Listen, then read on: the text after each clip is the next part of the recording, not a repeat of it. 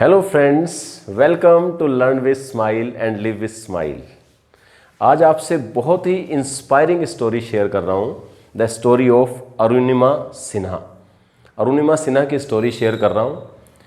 ये एक national basketball player थी और लखनऊ से दिल्ली आ रही थी बाय ट्रेन, पद्मावत ट्रेन थी। तो अप्रैल 2011 की बात है। कुछ लुटेरे उस ट्रेन में आ गए और इससे गोल्ड की इसकी चेन थी वो खींचने की कोशिश की। इसने उनका विरोध किया और उन्होंने इसको उठाकर चलती हुई ट्रेन से बाहर फेंक दिया। जैसे ही ये ट्रेन से बाहर गिरती हैं, सामने से एक और ट्रेन आ रही थी, उससे टकरा जाती हैं और इसका एक पैर पूरी तरह से कट जाता है, दूसरे पैर की हड्डियां टूट जाती हैं और स्पाइन में भी फ्रैक्चर हो जाते हैं। तो ये रेलवे ट्रैक पर गिर जाती हैं। रात का समय है और कोई भी इसको बचाने के लिए उस समय नहीं आता। ये बहुत चिल्लाती हैं लेकिन कोई भी नहीं आता। ये बताती हैं कि लगभग 50 ट्रेन्स जो हैं इसके आसपास से गुजरी और ये उन ट्रेन्स की आवाज़ को सुन सकती थी लेकिन ये मूवमेंट नहीं कर सकती थी। सुबह कुछ गांव वाले आए और उन्होंने इसको उठाकर साथ के ही बरेली डिस्ट्रिक्ट हॉस्पिटल था, वहाँ ले गए। वहाँ पर जब जाते हैं तो वहाँ पर हॉस्पिटल में ना तो ब्लड था और ना ही एनेस्थीसिया था।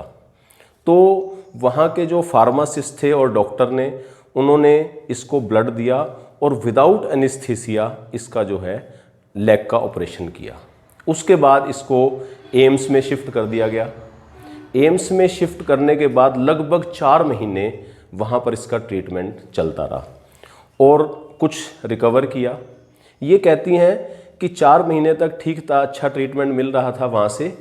लेकिन ये सुनती हैं कि लोग ये कह रहे हैं कि अरुणिमा सिन्हा के पास टिकट नहीं थी इसलिए इन्होंने गाड़ी से छलांग लगा दी, या अरुणिमा सिन्हा आत्महत्या करना चाहती थी। ऐसा सुनकर इसको बहुत दुख हुआ और ये बताती हैं कि एम्स के बेड पर लेटे हुए इन्होंने मन में एक निश्चय किया कि ये इनको गलत प्रूव करेंगी और इन्होंने ये सोच लिया कि मैं माउंट एवरेस्ट पर चढ़कर दिखाऊंगी।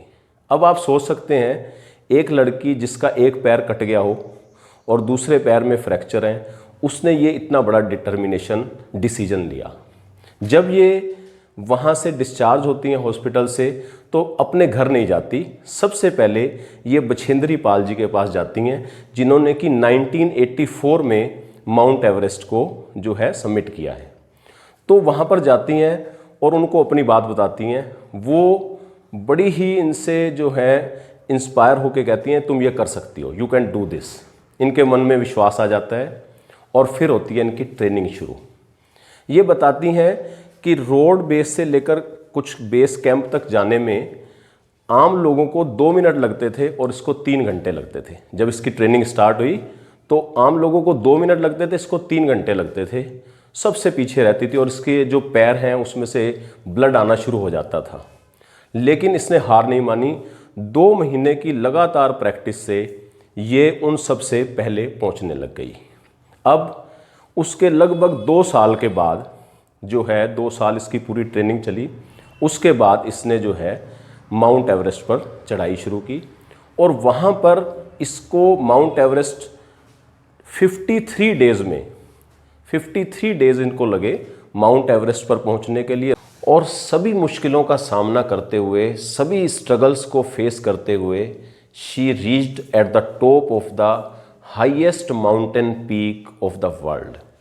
तो ये जो स्टोरी है अरुणिमा सिन्हा की, दैट इज़ वेरी इंस्पायरिंग।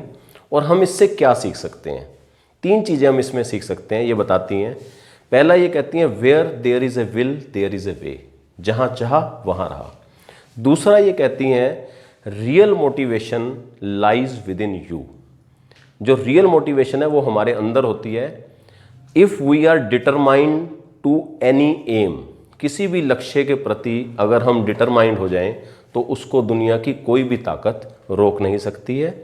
तीसरा ये बोलती हैं कि अगर हम फिजिकली डिसेबल्ड हैं तो कोई फ़र्क नहीं पड़ता, लेकिन हमें मेंटली डिसेबल्ड नहीं होना चाहिए, हमें मेंटली स्ट्रॉन्ग और पॉजिटिव रहना चाहिए।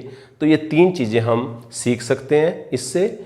और एक बात और कहना चाहूँगा कि अगर ये स्टोरी आपको अच्छी लगती है तो इसको शेयर ज़रूर करें, क्योंकि जब हम पॉजिटिविटी स्प्रेड करते हैं, कोई भी जो चीज़ अच्छी लगती है अगर उसको हम स्प्रेड करते हैं तो वो और लोगों तक पहुंचती है और हमारी सोसाइटी जो है उसमें पॉजिटिविटी इंक्रीज होती है।